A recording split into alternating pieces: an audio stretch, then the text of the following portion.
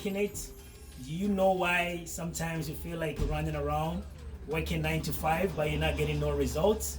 Today I'm going to share with you a very important book called 4-Hour Workweek. 4-Hour Workweek by Ferris, where it talks about how you can condense your day into 4 hours and get things done. I hope you enjoyed this episode. Hello guys, once again welcome to my YouTube channel. It's your boy KB. If you haven't subscribed, make sure you use this opportunity to please subscribe to help me. I have some great content coming up and you don't want to miss it. So we are going to continue with the personal development series. I have talked about how we bought our first house in Canada and also one book that changed my life. And today I'm going to be talking about also one book that actually helped improve my working habits, that helped me become very efficient, very effective in so many different ways in my life. And there is no other than an author named Ferris. And Ferris is an interesting guy where he's a very also controversial. And he wrote a book called The 4 Hours Work Week. 4 Hours Work Week, how to escape the 9 to 5 work. So basically, there are a couple of principles that he talks about in this book. And this book is broken down into several layers. And actually, I had a video that I had in mind that I was going to be doing, but I got a text message from one of my good friends that I went to school with named Bernard, who currently lives in Montreal, Canada. And the message that he sent me after he watched one of my YouTube videos was that, Kobina, how do you get time to do all these other things? You are the same guy. At one time, you were doing your master's, you're working full-time job, you're a full-time dad, you're teaching at the Sunday school, you're doing all this volunteering work. So how do you find time to do all this additional work? So I thought it was very important that I drop everything that I'm doing and really focus on this message that my friend sent me so I can address it, because I think it's gonna help a lot of people along the way. So just getting back to the book, and I think there's nobody that can answer this question better than the book that I read that actually taught me some of these habits that I use to be very efficient, very effective, and very productive at the same time. So the book is called 4 Hours Work Week, as I've mentioned before. And this gentleman here started the book introducing himself and some of the jobs that he has held over the years, and some of the past successful ones and also some of the failure. So in this book, he focused on other areas such as retirement, where most people want to accumulate all their wealth and actually enjoy it when they retire. But as we all know, nature sometimes does not favor us. Sometimes when you're younger, you have a lot of energy, but you have no money. And vice versa, when you're a little bit older, between your 30s and your 40s, you have a lot of energy, but now you don't have the money. And as you're getting older, between your 50s, 60s, and 70s, now all the bills are paid for, mortgages are paid for, you have nothing else but a lot of money, but now you have no energy. So that's one part of the book that he talks about, and he emphasized that how can you actually balance your work life and also enjoy semi-retirement at the same time? For example, taking some trips along the way, taking 2 weeks or a month off to really enjoy some quality time for yourself to detox and then come back and work. So instead of waiting till you're 60 or 70 to enjoy all this at the same time, why not break it down and really enjoy a spectrum of life along the way? So that's one part of the book. But where I really enjoy and where I really wanted to share with you is in the middle of the book, when he started talking about 4 items that really helped him along the way. And he talks about definition, elimination, automation, and liberation. So this presentation here is going to focus on the first 2, which is the definition and elimination. So as we all know, a lot of people that get promoted at work, as we can tell, are the people that always seems very busy at work.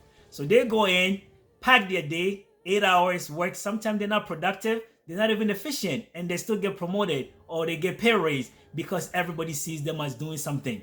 Then you have the individuals that has really come to a conclusion that a work that can be done in 8 hours can actually be done in 4 hours. Then they can use the 4 hours time to spend on other things that they enjoy. And this is where the category that I fall in. Why spend 8 hours doing something if I can do it in 4 hours, then get the time to do my YouTube video, do my gardening, take my kids out, enjoy some family time with my wife. So this is the principle that I really enjoy in this book. So the first thing that I will talk about in terms of definition is that we all have 24 hours during the day, and you have to really define what you're going to be using that 24 hours for. So first of all, you got to decide how long you want to sleep, when you want to sleep, and when you want to wake up. Then also, when you wake up, you got to decide, okay, if I want to take care of my body, how long I'm going to spend in the gym or how long I'm going to start jogging. So that's the definition of your time and how you're going to spend it. So that's very critical. Then comes the second part, which is the elimination part. Because now you have defined your schedule. Along the way, you're going to have a lot of distractions and interruptions along the way. That's not going to really make you enjoy your 24 hours. So now, how do you cater for this interruptions that's going to come along your way? And this is where the book really dig deeper and talks about the Pareto Principle. Pareto Principle. And this is the 80 to 20% rule that an Italian scientist came up with, where it talks about in this world, there's a lot of things that we get done, but 20% of the items that we do are most critical in life, and the 80% is junk. So just to summarize what he meant, a lot of things that we do, 20% are very important, 80% is unnecessary. So you have to focus your attention on the 20% that actually makes you grow, makes you efficient, makes you very productive, and really makes you successful. But as we know in this world, a lot of people flip this equation thinking that it's gonna work for them. So instead of putting the 20% ahead of time, which is the critical component, making sure that your credit score is good, your finances are good, your mortgages are taken care for. So all these little things that they have to put in place, they flip the coin, and instead they spend 80% of the time, for example, watching Netflix, watching basketball game, spending on social media browsing, and all these different elements that does not really add a key values to their life. So at the end of the day, they get robbed off and then they don't get much done. So that's how this book, it talks about some principles that you can use to eliminate all these distractions. So the first thing, as I mentioned before, is the Pareto Principle. And this Pareto Principle is basically telling you that to really prioritize and focus on that 20% that is important to you, and then eliminate the rest. For me, for example, the way I use the Pareto Principle is very simple. Before, I used to spend so much time going around helping everybody, even people that don't need advice. I'm always being there, wasting all this time, wasting all these resources. And my wife always asks me, why are you spending all this time with all these individuals that don't even need your help? And I never really got it until it hit home one day. And I say, you know what, I'm going to focus on myself and really prioritize and focus on the 20% of the item that's important to me, which is my family, my career, my religion, and all other things that are very important to me, and then leave the rest that doesn't really add any value to my life. So that's how I use the Pareto Principle, and it's very efficient and very effective. So now the elimination part. So all the distraction coming up, how do you really make sure you can really eliminate all these distractions? Very simple principle. For example, at work, you go to work and you're getting a whole bunch of emails. So what I've seen most people usually do is that they will be checking their email every frequently. Their social media, for example, they're always on it, checking every often. So to be able to eliminate all these things, you can actually set some time aside and say, you know what, I'm gonna read my email twice a day and I'm gonna respond at a certain time. I'm gonna really carve some time for myself, and maybe before I sleep, I can check my social media and do some responding. So that will really help you eliminate a lot of things that you don't need. The book also emphasizes on the Parkinson Law, and the Parkinson Law is actually opposite of the Pareto Principle. And the Parkinson Law is basically, if you're given 8 hours a day, you're gonna be focusing on 8 hours to actually get things done. But this is not true, because we all know that certain tasks you can actually use 4 hours to get it done without spending significant amount of time. So with the Parkinson Law, for me, for example, when I was in school and we used to get 2-3 hours exams, I remember my friend Ravi would be the first one to get out. My friend Jawad would be the first one to get out. And guess who is at the back of their class? It's always me sitting at the very end till the final minute when the bell rings. So over time, I did this for so long, but then I began to realize as I read this book to notice that this is not really effective and efficient. If you can really compile and get this done within the 4 hours and then spend the 4 hours doing something else, that will be very, very critical. So this is also one important part that the book talks about, which is the Parkinson Law. So if you are in a habit where you're wasting so much time because you're given 8 hours to finish a task and you're spending all that 8 hours, you're not being efficient and you're not being effective. One also example that I'll give you from the book that author actually exemplified was that he actually had an assignment that was worth 25% due. And he only had 24 hours to do it. So he went to his professor and he talked to him and he wanted an extension. And the professor told him, no, you don't really need an extension. You can get this done within 24 hours. So this is where the professor actually explained the Parkinson Law. Guess what?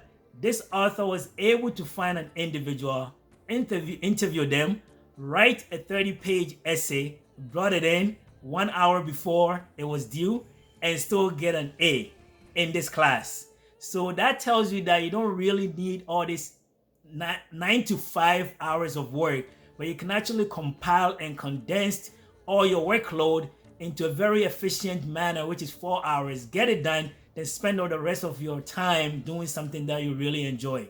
So this is some of the principles that I've used, and I'm continuously using it. So now everywhere I go, I have my checklist. When I wake up, I have my checklist, what I'm going to be doing. I have my checklist when I go to work, what I'm going to be doing. So when the distraction comes in, I know how to position myself and be able to carve some time to do other things that matters to me. So Bernard, just to answer your question, this is the book that I've used over the years. And I hope everyone watching this video will be able to also have a chance to buy this book. It's a life-changing book, and many people consider one of the top 10 books of all time because it's a life-changing book. And I hope you enjoyed this episode. I have more episodes coming up where we're going to be talking more about personal development. So stay tuned. If you haven't subscribed, make sure you subscribe. I hope you enjoyed this. It's your boy KB. Take care for now and see you next time.